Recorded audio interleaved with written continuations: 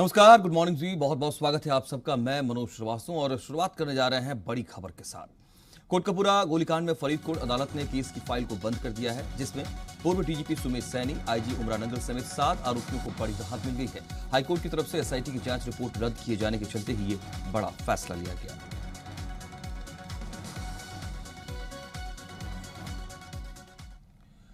बलविंदर सिंह हत्याकांड में एनआईए ने खालिस्तान लिबरेशन फोर्स के 8 आतंकियों के खिलाफ चार्जशीट दाखिल की है, जिसमें पाकिस्तान कनेक्शन भी सामने आया है। चार्जशीट में दावा किया गया है कि कॉमरेड बलविंदर सिंह की हत्या के पीछे का मकसद खालिस्तान विरोधी भारतीयों के मन में डर पैदा करना था। मामले में सुखराज सिंह उर्फ सुखा, रविंदर सिंह उर्फ रवि ढिल्लो, आकाशदीप अरोड़ा उर्फ धालीवाल, जगरूप सिंह उर्फ मलकीत सिंह, सुखदीप उर्फ बोरा, गुरजीत सिंह, इंदरजीत सिंह उर्फ इंदर, सुखमीत पाल सिंह उर्फ सुख के खिलाफ चार्जशीट दाखिल की गई। एनआईए की चार्जशीट के मुताबिक इन आतंकियों को पाकिस्तान में बैठे केएलएफ चीफ लखवीर सिंह रोड़े की तरफ से हथियार और फंड दिए जाते थे। इसके अलावा ये आतंकी पाकिस्तान सीमा के जरिए ड्रग्स की तस्करी भी करते थे। एनआईए की जांच में यह भी सामने आया कि केएलएफ के आतंकियों ने ही जनवरी 2016 से लेकर अक्टूबर 2017 के बीच 8 घटनाओं में 7 लोगों को मारा था। आपको बताते चले, 16 अक्टूबर 2020 को तरन तारण के भिखेविंड में 2 आतंकियों ने घर में घुसकर शौर्य चक्र विजेता कॉमरेड बलविंदर सिंह संधू की गोली मारकर हत्या की थी।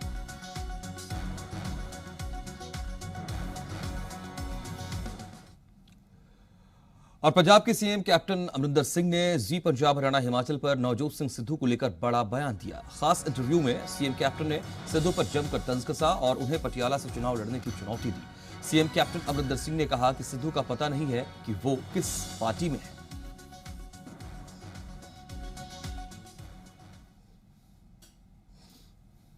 पर पटियाले भी बहुत एक्टिव ने। कुछ दिन तो नवजोत सिद्धू कपल ਜਿਹੜਾ ਉਹ ਪਟਿਆਲੇ 'ਚ ਦਿਖ ਰਿਹਾ, ਲਗਾਤਾਰ ਲੋਕਾਂ ਨਾਲ ਮੀਟਿੰਗ ਕਰ ਰਹੇ ਹੈ ਕਿ ਤੁਹਾਡੇ ਅਗੇਂਸਟ ਇਲੈਕਸ਼ਨ ਲੜਨ ਦਾ ਪਲਾਨ। वही तो मैं कह रहा है कि किधर जाना चाहता है, जरा माइंड तक क्लीयर करे। ਜਿਹੜਾ कांग्रेस के चीफ मिनिस्टर ਨੂੰ अपने चीफ मिनिस्टर ਨੂੰ अटैक करी जा रहे हैं, ਉਹਦਾ मतलब किधर जाने की तैयारी कर रहे हैं ना। और फिर मेरे नाल लड़ना है तो शौक ना लड़े। पिछली बार जनरल जे सिंह भी आ गया सी, वो जमानत जब्त हुई है, ਇਹਦਾ भी यही हाल होना है। आ जाते हो। मैं जिक्र करना चाहूँगा नवजोत सिद्धू लगातार ਜਿਹੜੇ ਉਹ ਹਮਲਾ ਕਰ ਰਹੇ ਕਿ ਹੋਮ ਮਿਨਿਸਟਰੀ ਤੁਹਾਡੇ ਕੋਲ ਹੈ ਔਰ ਤੁਹਾਡੀ ਜਵਾਬਦੇਹੀ ਹੈ ਇਸ ਵਿੱਚ। ਉਹਨੂੰ ਤਾਂ ਪਤਾ ਹੀ ਨਹੀਂ ਕਿ ਮੈਂ ਕਿਹੜੀ ਪਾਰਟੀ 'ਚ ਹਾਂ।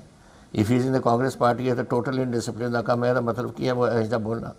ਬੀਜੇਪੀ ਨੇ ਉਹਨੂੰ ਲੈਣਾ ਨਹੀਂ, ਉੱਥੋਂ ਸਾਰਿਆਂ ਨੂੰ ਗਾਲਾਂ ਕੱਢ ਕੇ ਨਿਕਲਿਆ। ਇਹੀ ਹਾਲ ਹੈ ਉੱਥੇ ਅਕਾਲੀ ਦਲ ਇਹਦੇ ਔਖਾ ਹੈ ਤਾਂ ਕਿੱਧਰ ਜਾਊਗਾ? ਜਾਂ ਤਾਂ ਸਾਡੇ ਨਾਲ ਰਹੂਗਾ ਜਾਂ उधर चले जाऊगा अपने। कैप्टन अमरिंदर सिंह ने ओपन चैलेंज दिया तो नवजोत सिंह सिद्धू ने ट्वीट कर पलटवार किया और अपने इरादे जताए। सिद्धू ने ट्वीट किया, पंजाब की अंतरात्मा को पटरी से उतारने की कोशिशें फेल होगी। पंजाब मेरी आत्मा है और पंजाब की आत्मा श्री गुरु ग्रंथ साहिब जी है। मेरी लड़ाई इंसाफ के लिए और दोषियों को सजा दिलाने के लिए है। एक असेंबली सीट मायने नहीं रखती।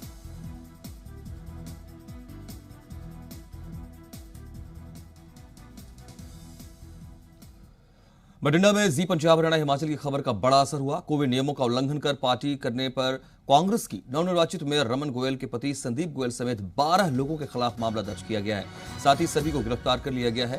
इसके बाद सभी आरोपियों को जमानत पर छोड़ दिया गया। ये जानकारी क्षेत्र के एसएसपी की तरफ से साझा की गई। आपको बता दें कि कोविड गाइडलाइंस का उल्लंघन करते हुए की गई पार्टी के बाद पुलिस ने मामला दर्ज कर होटल मालिक के खिलाफ मामला दर्ज किया था, जबकि पार्टी के आयोजक और शामिल हुए कांग्रेस नेताओं पर कोई कार्रवाई नहीं हुई थी। जी पंजाब हरियाणा हिमाचल की तरफ से खबर को प्रमुखता से उठाए जाने के बाद न केवल नवनिर्वाचित मेयर के पति बल्कि कुछ और पार्षदों के पतियों पर भी मामला दर्ज किया गया। सभी सभा के दौरान 12 जो मौजूद थे 12 आरोपियों को गिरफ्तार किया गया है और इसके बाद जमानत पर सभी को छोड़ भी दिया गया। कर्फ्यू के दौरान गवर्नमेंट दी कोविड गाइडलाइंस की उल्लंघना हुई सी। 12 अक्यूज है, उन्होंने इन्वेस्टिगेशन ज्वाइन करवा के तो उन्होंने अरेस्ट किया है, क्योंकि ऑफेंसिस बेलेबल सी। अरेस्ट करने उपरंत उन्होंने बेल ते रिलीज़ कर दिया गया। एमसीज है ने सुखराज सिंह एंड रतन राही और 6 है ने एमसीज के हसबैंड जोड़े उस फंक्शनस दे विच सी, इंक्लूडिंग मेयर के हसबैंड भी सीगे, उन्होंने भी अरेस्ट किया है।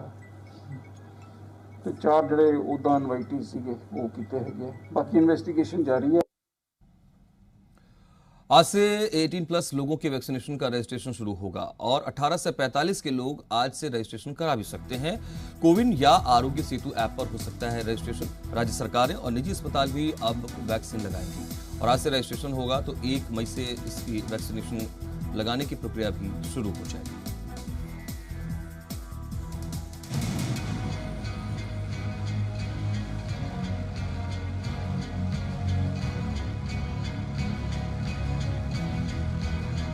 हर एक व्यक्ति को वैक्सीन की दोनों डोज भी लगे।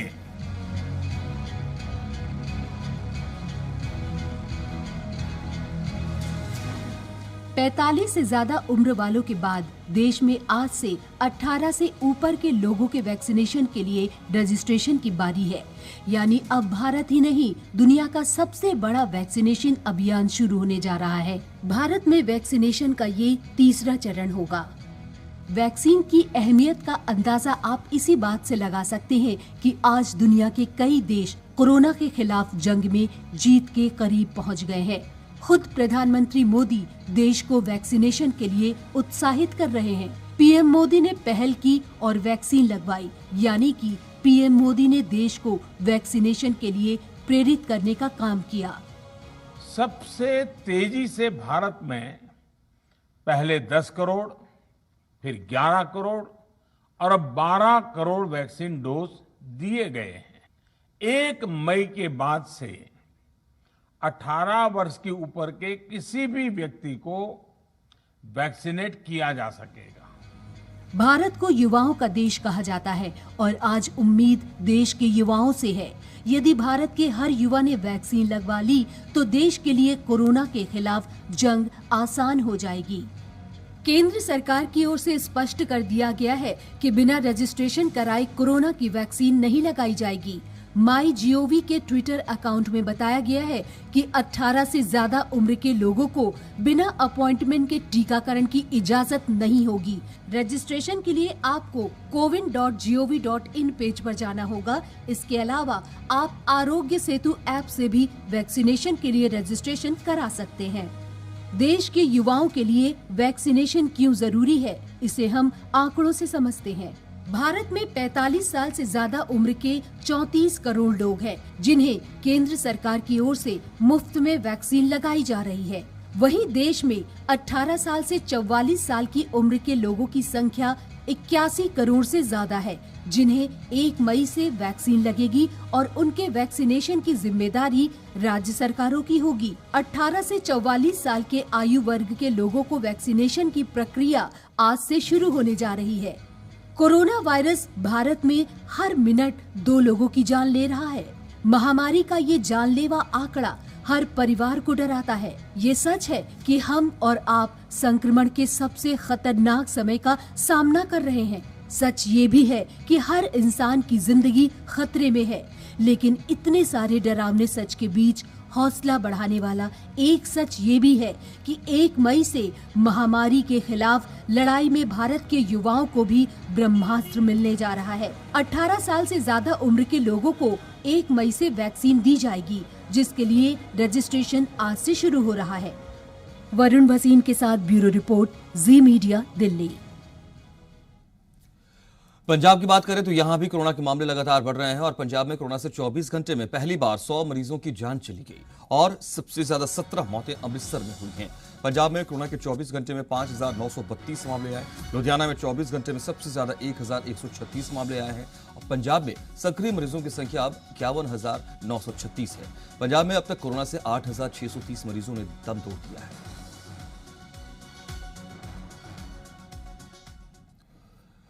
पंजाब कांग्रेस के अध्यक्ष सुनील जाखड़ की तरफ से ऑक्सीजन को लेकर केंद्र पर लगाए जा रहे भेदभाव के आरोप पर बीजेपी नेता अविनाश राय खन्ना ने कहा, केंद्र सरकार हर राज्य को ऑक्सीजन मुहैया करवा रही है। उन्होंने कहा, केंद्र सरकार ने पंजाब सरकार को 3 ऑक्सीजन प्लांट लगाने के लिए 201 करोड़ जारी किए थे। वो प्लांट कहां शुरू किए गए या उन पैसों का क्या हुआ, पहले मुख्यमंत्री ये बताएं। प्राइम मिनिस्टर केयर फंड ਦੇ ਵਿੱਚੋਂ ਦੇਸ਼ ਭਰ ਦੇ ਵਿੱਚ 162 ऑक्सीजन प्लांट लाने ਲਈ 201.58 करोड़ रुपया जारी कर ਦਿੱਤਾ ਸੀ ਤੇ ਪੰਜਾਬ ਲਈ 3 ऑक्सीजन प्लांट ਲਾਉਣ ਦੇ ਲਈ ਉਹਨਾਂ ਨੂੰ ਮਨਜ਼ੂਰੀ ਦਿੱਤੀ, ਪੈਸਾ ਭੇਜਿਆ, ਲੇਕਿਨ ਪੰਜਾਬ ਸਰਕਾਰ ਨੇ ਉਹਨਾਂ ਆਕਸੀਜਨ ਪਲਾਂਟਸ ਨੂੰ ਨਾ ਲਾ ਕੇ ਦੇਸ਼ ਦੀ ਪੰਜਾਬ ਦੀ ਜਨਤਾ ਨਾਲ बहुत बड़ा धक्का किया, धोखा किया। और हरियाणा पर अपडेट ले लीजिए। 24 घंटे में कोरोना के रिकॉर्ड 11,931 मामले आ गए हैं। गुरुग्राम में सबसे ज्यादा 3,684 मरीज सामने आए हैं और पिछले 24 घंटे में हरियाणा में कोरोना के 84 मरीजों ने दम तोड़ दिया। हरियाणा में इस वक्त कोरोना के कुल 84,129 सक्रिय मरीज हैं।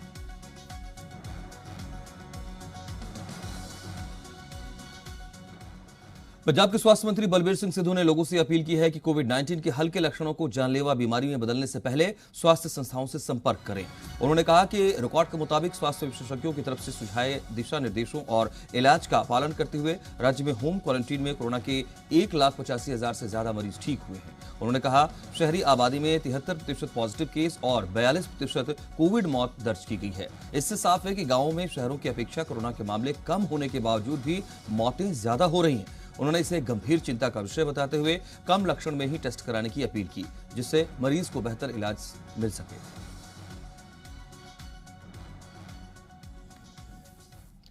हरियाणा में कोरोना के बढ़ते मामलों को देखते हुए हरियाणा सरकार ने धारा 144 लगाने के निर्देश दिए। मुख्य सचिव विजय वर्धन ने सभी जिलों के डीसी को निर्देश जारी किए, जिसमें प्रशासन को पेट्रोलिंग बढ़ाने, माइक्रो कंटेनमेंट जोन बढ़ाने के भी आदेश दिए गए हैं।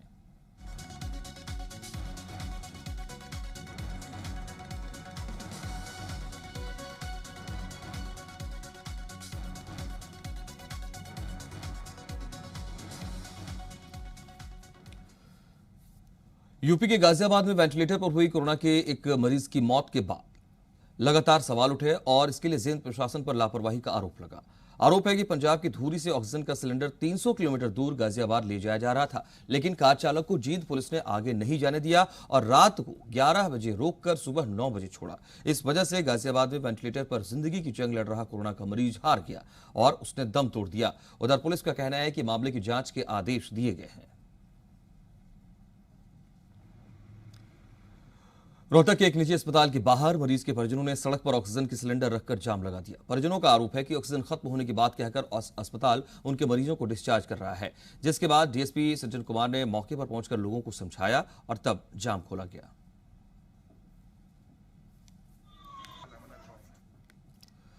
हिसार में ऑक्सीजन के लिए इंडस्ट्रियल एरिया स्थित प्लांट के बाहर अस्पतालों की टीम के साथ मरीजों के परिजन भी कतार में हैं। ऑक्सीजन की किल्लत ने इन सब की टेंशन बढ़ा रखी है। मौके पर जी पंजाब, हरियाणा, हिमाचल की टीम पहुंची और स्थिति का आकलन किया।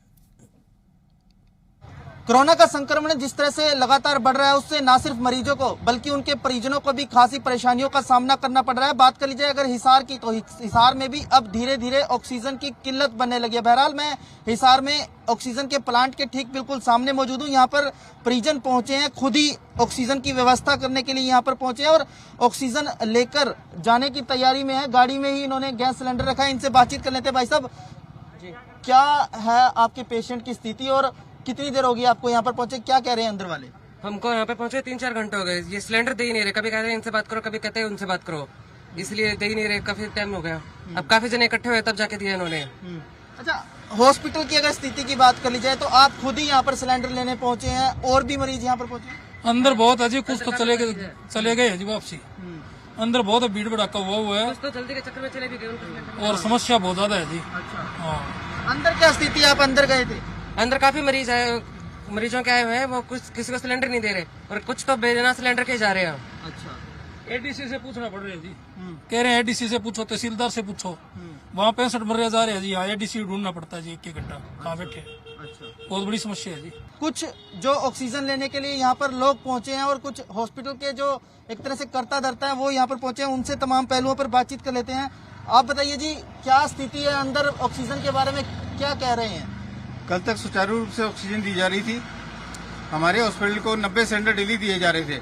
आज सुबह हमें पता चला है कि हमारे सिलेंडर का कोटा कर दिया गया, जो कि 37 सिलेंडरों का कर दिया गया है।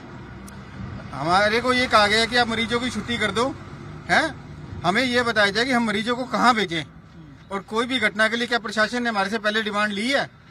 और एकदम से हमें बता दिया गया कि आप मरीजों को छुट्टी कर दो।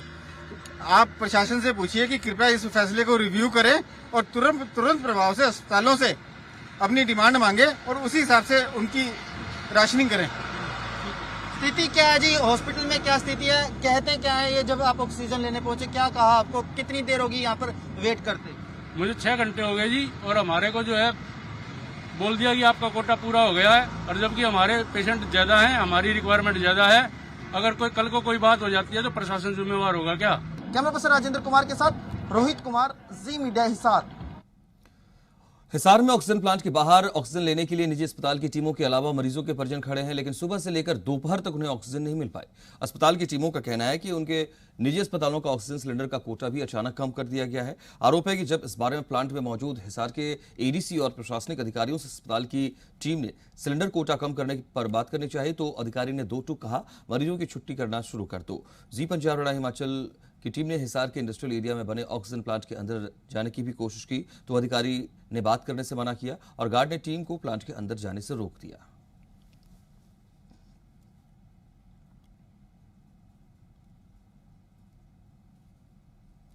जिस तरह से लगातार बढ़ रहा है उससे ना सिर्फ मरीजों को बल्कि उनके परिजनों को भी खासी परेशानियों का सामना करना पड़ रहा है। बात कर लीजिए अगर हिसार की तो हिसार में भी अब धीरे धीरे ऑक्सीजन की किल्लत बनने लगी है। बहरहाल मैं हिसार में ऑक्सीजन के प्लांट के ठीक बिल्कुल सामने मौजूद हूँ। यहाँ पर परिजन पहुंचे हैं, खुद ही ऑक्सीजन की व्यवस्था करने के लिए यहाँ पर पहुंचे हैं और ऑक्सीजन लेकर जाने की तैयारी में है। गाड़ी में ही इन्होंने गैस सिलेंडर रखा है। इनसे बातचीत कर लेते हैं। भाई साहब, क्या है आपके पेशेंट की स्थिति और कितनी देर होगी आपको यहाँ पर पहुंचे, क्या कह रहे हैं अंदर वाले?